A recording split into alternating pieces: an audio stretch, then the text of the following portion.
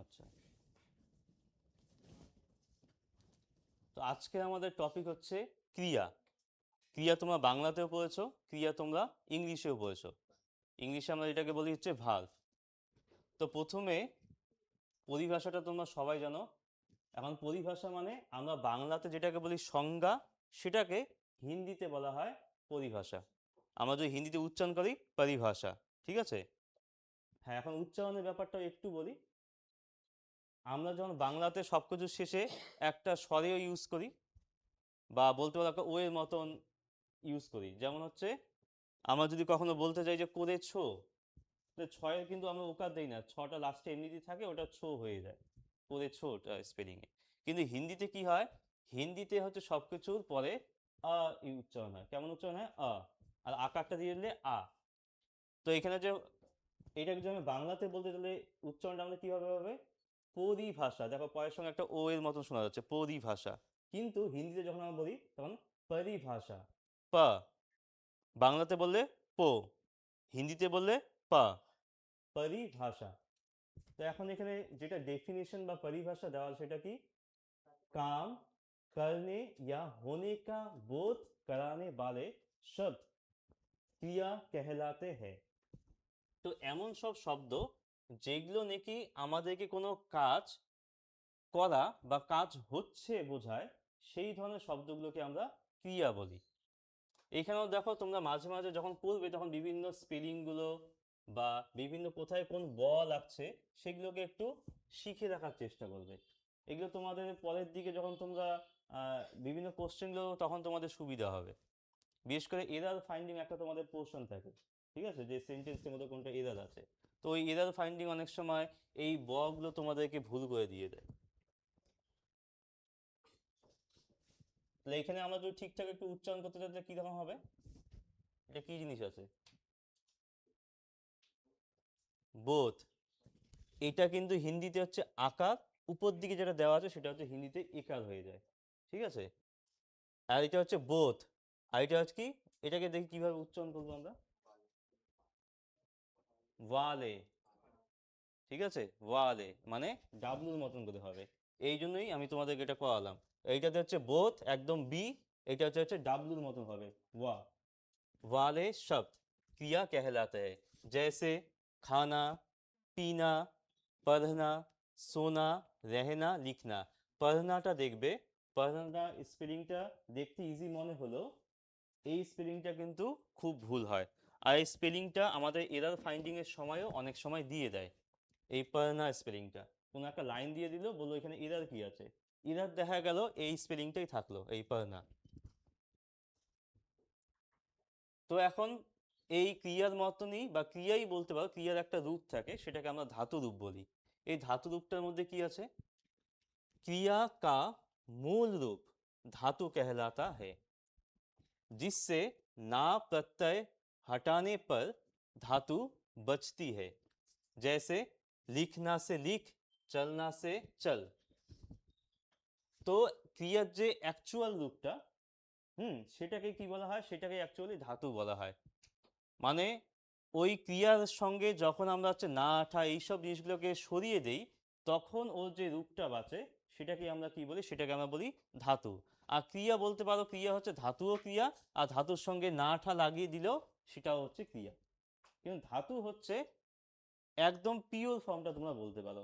যেমন ধরো একটা জল, সেই জলের মধ্যে মধ্যে কিচ্ছু নেই, কোনো কিছু মিক্সড আপ নেই, সেই জলটাকে তোমরা বলতে পারো যে ধাতু।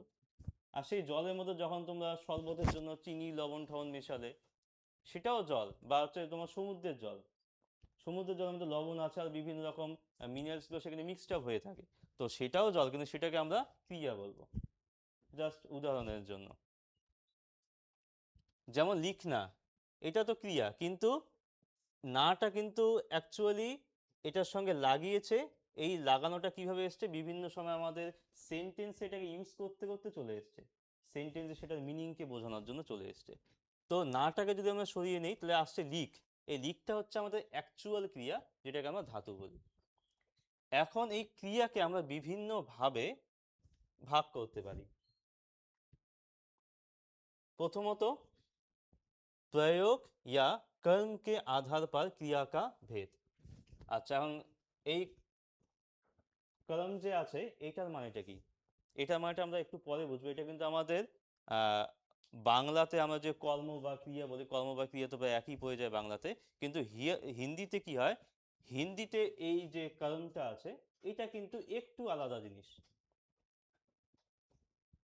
তো হিন্দির যে কর্ম সেটা একটু আলাদা জিনিস, সেটা আমরা দেখবো। কর্ম বলতে এখানে হচ্ছে এমন একটা জিনিস যেইটা দিয়ে হচ্ছে আমরা একটা কাজকে করি। যেমন আমি মনে করে বললাম আমি কলম দিয়ে লিখছি, তো কাজটা আমি কি দিয়ে করছি? কলম দিয়ে। কলমটা হয়ে গেল হচ্ছে আমাদের হিন্দিতে কর্ম, বাংলাটা এখানে ঢুকাবে না, নাহলে কনফিউজ হয়ে যাবে। এখন এই কর্মের ভিত্তিতে কি হয় আমাদের হিন্দিতে, আমরা বেসিক্যালি দুই ধরনের ক্রিয়াকে দেখতে পারি। প্রথমত হচ্ছে সকর্মক ক্রিয়া, যেটা তোমরা হচ্ছে বাংলাতেও বোধহয় করেছো, सकर्मक क्रिया और अकर्मक क्रिया। ये सकर्मक क्रियाটা কি? जिस क्रिया के साथ कर्म हो, कर्म বলতে অবজেক্ট, ইংলিশে আমরা যেটাকে অবজেক্ট বলি, সাবজেক্ট ভাগ অবজেক্ট থাকে, সেই অবজেক্টই হচ্ছে कर्म। जिस क्रिया के साथ कर्म हो, जैसे मीरा भजन गाती है, मोहन फुटबॉल फुटबॉल खेलता है। তো এগুলোতে দেখো মীরা ভজন গাতি হে, গাতি হেটা তো হচ্ছে আমাদের ক্রিয়া হয়ে গেল, पर क्या गाती है? ভজন গাতি হে। এ এই ভজনটা কি হয়ে গেল আমাদের? ভজনটাই হয়ে গেল হচ্ছে আমাদের এখানে অবজেক্ট বা কর্ম। আর যার সঙ্গে হচ্ছে কর্ম আছে সেটাকে আমরা সকর্ম ক্রিয়া বলি। এখন এমনও কিছু সেন্টেন্স হয় যেখানে আমাদের কর্ম ইউজ না করেই আমরা করে ফেলতে পারি, বা সেন্টেন্সটাকে আমরা লিখে ফেলতে পারি। যেমন পক্ষী উড়তে হে, বাচ্চা রোতা হে। এখানে আর কোনো কর্ম আছে? এখানে কিন্তু কোনো অবজেক্ট বা কর্ম নেই। বাচ্চা রোতা হে, কান্না করে। এখন কি দিয়ে কান্না করে, আমার কোনো দরকার পড়ে কি? পড়ে না। তারপর হচ্ছে পক্ষী উড়তে হে, এইখানেও আমাদের কোনো অবজেক্টের দরকারই পড়লো না, পাখি ওড়ে, উঠতেই পারে। জোর করে তোকে নামানো যাবে না যে না আমাদের গ্রামারের মধ্যে সমস্যা হচ্ছে, নাম তুই। তো আরো আমরা কিছু এক্সাম্পল দিলে জিনিসটাকে ভালো করে বুঝতে পারবো।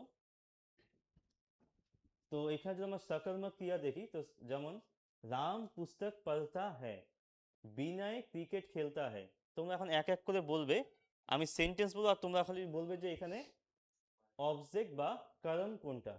রাম পুস্তক পড়তা হ্যায়, पुस्तक। विनय क्रिकेट खेलता है, क्रिकेट। माँ बच्चे को मारती है, मारती जा तो क्रिया, काके मारছে? बच्चे को। माँ भोजन बना रही है, ভোজন। বানা রही है এটা হচ্ছে আমাদের ক্রিয়া, আর ভোজনটা হয়ে গেল হচ্ছে আমাদের কর্ম। পূজা পত্র লিখ रही है, পত্র লিখ रही है এটা হচ্ছে আমাদের ক্রিয়া, আর পূজা পত্র হয়ে গেল হচ্ছে আমাদের অবজেক্ট বা হিন্দিতে কর্ম। এখন এটাকে বোঝার একটা সুন্দর উপায় এটাও দেখে নিই আগে। আকর্মক ক্রিয়া, যেমন এখানে वो अपने घर गया, बच्चे बाग में घूम रहे हैं, सूरज स्कूल जा रहा है, तुम घर जाओ, চলো চলতে হে। এখন এগুলোকে বোঝার জন্য আমাদের যে সহজ উপায় সেটা হচ্ছে আমরা যেটা করতে পারি সেটা হচ্ছে किसी भी वाक्य में कर्म है या नहीं ये जानने के लिए हमें क्या या किसको से प्रश्न करना चाहिए। এখন क्या আর কিসকো দিয়ে আমাকে যে কোনো একটা সেন্টেন্স পড়ার পর যদি তোমরা সেটা দিয়ে প্রশ্ন করো, তাহলে যদি তোমরা উত্তর পাও তাহলে সেখানে কর্ম বা অবজেক্ট রয়েছে। যদি এই দুটোর মধ্যে কোনোটারই অ্যান্সার না পাও ওই সেন্টেন্সের সঙ্গে এগুলোকে প্রশ্ন করে, তাহলে ওখানে তোমাদের কোনো অবজেক্ট নেই। এখন এখানে একটা জিনিস ধ্যান রাখতে হবে, ক্যা এটার উত্তর সবসময় কোনো জড় বস্তু হবে। যেমন টেবিল হয়ে গেল, চেয়ার হয়ে গেল, কোনো একটা অন্য কোনো জিনিস হয়ে গেলো, কম্পিউটার হয়ে গেল, মোবাইল ফোন হয়ে গেল।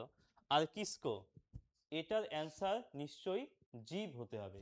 জীব বলতে জীবিত জিনিস, লিভিং থিংস, সেটা হতে হবে। এখন তাহলে আমরা একটা একটা করে একটু প্রশ্ন করে দেখি। রাম পুস্তক পড়তা है, এখানে যদি আমরা প্রশ্ন করতে চাই রাম क्या पढ़ता है, পুস্তক অ্যান্সার পাওয়া যাচ্ছে। সেকেন্ডলি বিনয় क्या खेलता है, क्रिकेट। माँ হ্যাঁ, এখন দেখ এখানে তো এখনো কেয়া লাগানো যাবে না, মা কেয়া কো মারতি, এটা হবে হবে না। এখন আমাদের ইউজ করতে হবে কিসকো। মা কিসকো মারতি হ্যাঁ, বাচ্চে কো, অ্যান্সার পাওয়া যাচ্ছে। আর এখানে তোমরা একটা জিনিস খেয়াল করবে, কেয়াটা দিয়ে যখন করলাম তখন পুস্তক পেলাম, পুস্তক একটা জড় বস্তু। তারপরে কেয়া দিয়ে যখন আমরা হচ্ছে ক্রিকেটের কথা অ্যান্সার পেলাম, ক্রিকেটের একটা জড় জিনিস, এটা তো কোনো লিভিং থিংস না। তবে বাচ্চে কো এটা কিন্তু লিভিং থিংস বা বলতে পারো জীব। আর এটার উত্তর আমরা কিসকো দিয়ে পেলাম। এটা তোমাদেরকে বলেছিলাম যে কেয়া যখন থাকবে তখন তার উত্তরটা আমরা জড় বস্তু পাবো, কিসকো যখন থাকবে তখন তার উত্তরটা আমরা জীব পাবো। মা ভোজন বানা রহি হ্যায়, মা क्या बना रही है, भोजन। पूजा क्या लिख रही है, पत्र। আচ্ছা, এখন এখানে তোমরা প্রশ্নগুলোকে লাগানোর চেষ্টা করো। वह अपने घर गया,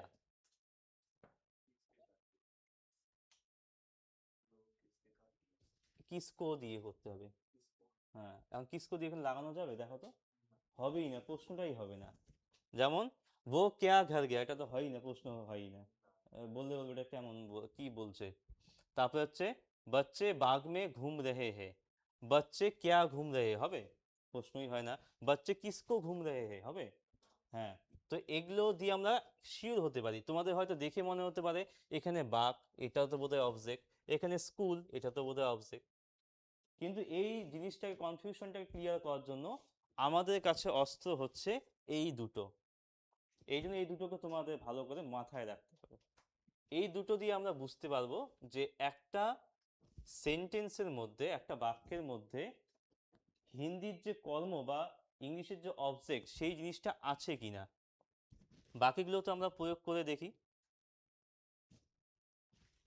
দুটো কলাম, সুরেশ স্কুল যা রাহা है, এখানে দেখি প্রশ্ন লাগানোর চেষ্টা করো। সুরেশ क्या जा रहा है, এটা হয় হয় না। সুরেশ কিসকো যা রাহা है, এটাও হয় না। তুম ঘর যাও, আচ্ছা ঘরটাকে বাদ দিয়ে এগুলোকে ঢোকানোর চেষ্টা করি। তুম क्या যাও, হয় না। তুম কিসকো যাও, হয় না, প্রশ্নই হয় না এগুলো। চলো চলতে, এখানে তো কিছুই লাগাতে পারবে না। চলো ক্যা হে, মানে এখানে হয়ই না, এখানে তো একদম পিওরলি বোঝা যাচ্ছে যে এখানে অবজেক্ট নেই। এখানে প্রশ্ন করারও দরকার নেই। তো তোমরা কতগুলো এমন পাবে যেখানে তোমাদের প্রশ্ন করার দরকারই পড়বে না, এমনিতেই বুঝতে পারবে। তবে যেগুলোতে কনফিউশন হবে, যেগুলোতে মনে হবে না এখানে আছে, যেমন এখানে দেখলে কিন্তু মনে হয় স্কুলটাই বোধহয় অবজেক্ট, মনে হচ্ছে কি না, কিন্তু স্কুলটা এখানে অবজেক্ট না।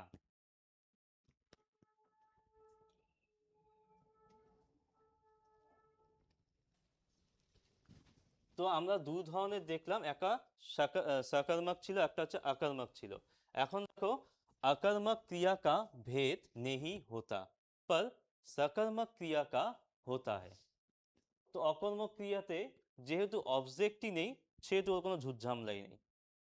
এখন সকর্মক ক্রিয়াতে যেহেতু অবজেক্ট আছে বা হিন্দিতে কর্মটা আছে, সেজন্য এখানে এটাকে দুটো ভাগে ভাগ করা যায়। একটা হচ্ছে এক কর্মক, আর পরেরটা হচ্ছে দ্বিকর্মক। আচ্ছা, এখানে একটু স্পেলিংটা ভুল হয়ে গেছে, টাইপিং মিস্টেক হয়েছে একটু। এখানে হচ্ছে দ আর বটা একসঙ্গে হবে, ঠিক আছে, এটা একটু তোমরা কনসিডার করে নিও। দ্বিকর্মক। তো এই সকর্মক ক্রিয়া যে আছে, যেটা নাকি হচ্ছে এক কর্মক, এখানে এক কর্মক থেকেই বোঝা যায় যে একটা কর্ম রয়েছে, মানে একটাই অবজেক্ট রয়েছে। আর এখানে দ্বিকর্মক থেকে বোঝা যায় যে দুটো থাকবে। এখন আমরা একটু পড়ে দেখি কেমন হয়। राम पुस्तक पढ़ता है, এখানে কেবল क्या या किसको का उत्तर मिलता है। তোমরা এখানে এই দুটোর মধ্যে যে কোনো একটারই উত্তর পাবে। যেমন রাম क्या पढ़ता है, পুস্তক। রাম কিসকো पढ़ता है, উত্তর পাবে। কিসকো, আমি কি বললাম, কিসকো হচ্ছে জীব, ওর উত্তরটা জীব হবে। কিন্তু পুস্তকটা কোনো জীব না, জীব পুস্তকটা হচ্ছে একটা জড় বস্তু। তাহলে সেই ক্ষেত্রে দেখতে গেলে আমরা শুধু এখানে ক্যা এর উত্তরটা পেলাম। मोहन क्रिकेट खेलता है, मोहन क्या खेलता है, क्रिकेट खेलता है। वह अपना सिर खुजलाता है, सिर माने माथा, सिर खुजलाता है। क्या खुजलाता है, सिर खुजलाता है। माँ भोजन बना रही है, क्या बना रही है, भोजन बना रही है। এখন যদি আমরা সকর্মক ক্রিয়াতে যাই, তাহলে আমরা দেখব ব্যাপারটা কিন্তু অন্যরকম হয়ে যাচ্ছে। রাম মোহন কো পত্র লিখতা है, এখন দেখো তোমরা এই দুটোরই অ্যান্সার পাবে। राम क्या, राम मोहन को क्या लिखता है, पत्र लिखता है। राम किसको पत्र लिखता है, মোহন কো, দুটারই উত্তর পাওয়া গেল একটাই সেন্টেন্সের মধ্যে। এই ধরনের সেন্টেন্সে যেখানে দুটো কর্ম পাবো বা এই ক্যা কিসকো দুটোরই আমরা অ্যান্সার পাবো, সেটা হচ্ছে আমাদের সকর্মক ক্রিয়া, সরি দ্বিকর্মক ক্রিয়া, মানে সকর্মকের মধ্যে দ্বিকর্মক। मोहन सतीश को क्रिकेट सिखाता है। मोहन सतीश को क्या सिखाता है? क्रिकेट। मोहन किसको क्रिकेट सिखाता है? सतीश को। वो उसे पुस्तक दे रहा है। वो किसको पुस्तक दे रहा है? उसे। वो उसे क्या दे रहा है? पुस्तक। तो এইভাবে করতে গেলে এটা দিয়ে তোমরা প্রশ্ন বানাও। राम सुनीत को ग्रंथ पढ़ाता है। किसको দিয়ে বানাও? রাম কিসকো গ্রন্থ পড়াতা হ্যায়, এটা গ্রন্থ, ঠিক আছে। আমরা এটাকে বাংলাতে হলে কিভাবে পড়তাম? গ্রন্থ। হিন্দিতে হয়ে গেছে গ্রন্থ, মানে ওখানে ওটা স্টপ হয়ে যায়। আচ্ছা, কিসকো দিয়ে হলো, এখন কেয়া দিয়ে বানাও এখান থেকে। রাম সুনীত কো क्या पढ़ाता है? তো क्या पढ़ाता है? গ্রন্থ পড়াতা है। তো এখান থেকে মোটামুটি আমাদের কেয়া আর কিসকোটা যদি আমরা মাথায় রাখতে পারি, এক্সাম টাইমে যদি এরকম কিছু আসে, আমাদেরকে যদি এই ধরনের থেকে এইরকম প্রশ্ন আসতে পারে, আমাদেরকে হচ্ছে 3-4টা সেন্টেন্স দেওয়া থাকবে অপশনে, আর বলবে যে इसमें से द्विकर्मक क्रिया कौन सा है, বা এমন করে আসছে इसमें से द्विकर्मक क्रिया वाले शब्द क्रिया वाले वाक्य कौन सा है। তো আমরা দেখবো যেটাতে হচ্ছে আমরা এই দুটো প্রশ্নের উত্তর পেয়ে যাচ্ছি সেটা হচ্ছে আমাদের দ্বিকর্মক, আর যেখানে পাচ্ছি না সেগুলো না,